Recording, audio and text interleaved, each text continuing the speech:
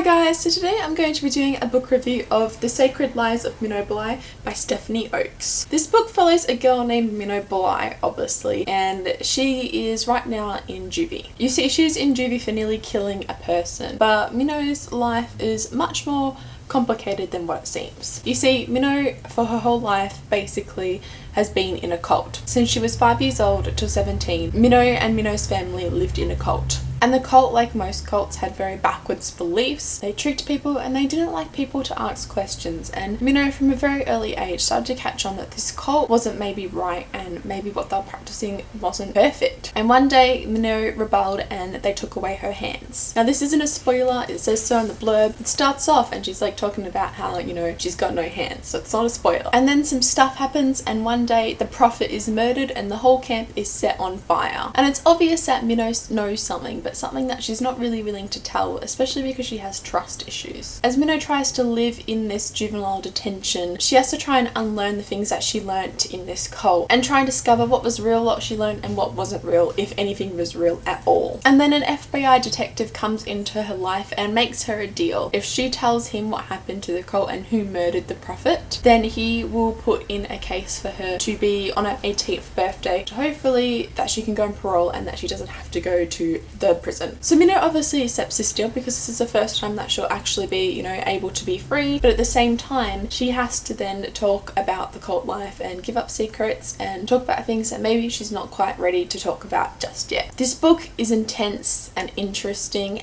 and heartbreaking and hopeful, and it's just beautiful and I loved it. I think one of the most intense scenes for me, and this is not a spoiler because I'm not going to get into it, is but when her hands are cut off, she often goes back into backflashes when she's telling the FBI detective, you know, what happened in the cult. You know, you'll go back to that present time, and that scene where she gets her hands cut off is so brutal, but yet it's not even. Like, the way it's described isn't really graphic. Just for some reason, it just really made me want to throw up. It was just a really brutal scene to read, and it wasn't done badly at all. No, it was just, wow, what a horrible thing that's happened. So this book's kind of told in two ways. The first part being in the present when Minnow's in juvie, and the second being when Minnow goes back and tells about her cult life. You kind of experience it back there. I thought that the way that this was told was really interesting. It was done really well, and there was never any confusion of what I was reading and what tense it was, whether it was past or present. The characters in here were heartbreakingly beautiful and devastating. Characters at the juvie, characters at the cult, and other characters as well. I really liked how most of the characters developed. I also really liked Minnow's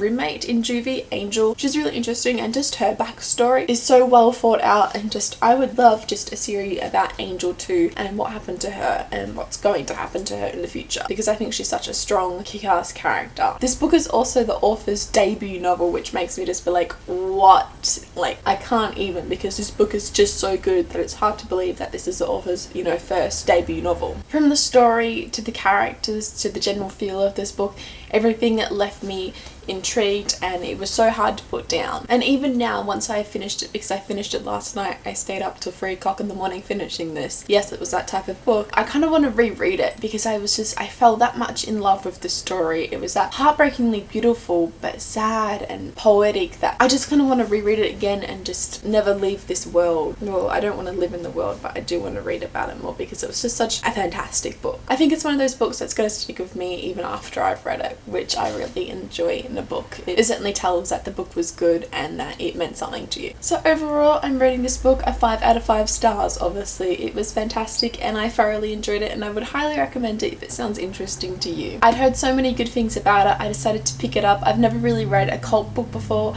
and wow, was I not disappointed. So I would highly recommend it if you know, sounds interesting to you, because I wasn't disappointed. Not saying you won't be, but personally I wasn't. I'd love to know in the comments below if you have read this book and what you thought of it. Also the ending, I'm kind of confused on the ending. So if you have read this book and you understand the ending a little bit better, I don't want to spoil anything, but if you understand what happened in the end, maybe you could message me and tell me, because I want to know. Anyway, like this video if you liked it, and subscribe if you'd like to see more book related videos from me, and I'll see you next time. Okay, bye!